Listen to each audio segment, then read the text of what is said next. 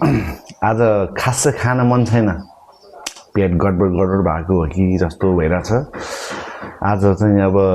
बुढी छैन घरमा चामलको भात यो यति आजलाई अचार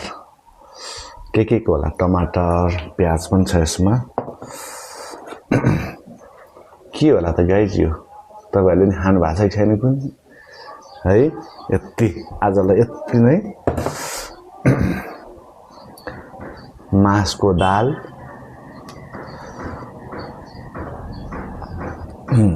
यति हो त अब खाना खाने बेलामा चाहिँ 5 सूत्र लागु हुन्छ अब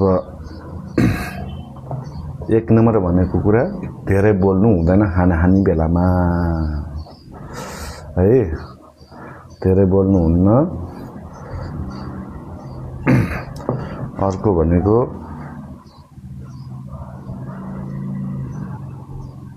हेलो हजुर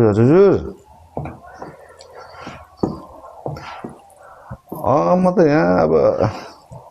खाँदैछु खाना खाँदैछु ल दिउँसोतिर आउँला नि त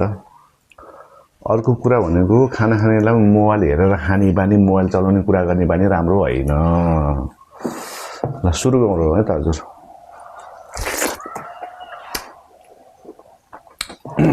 साह्रै राम्रो साह्रै उत्कृष्ट अचार खाना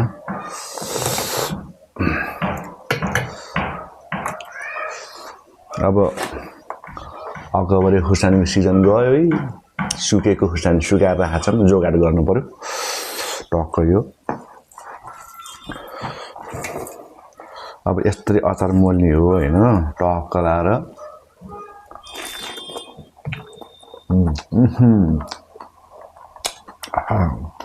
साह्रै उत्कृष्ट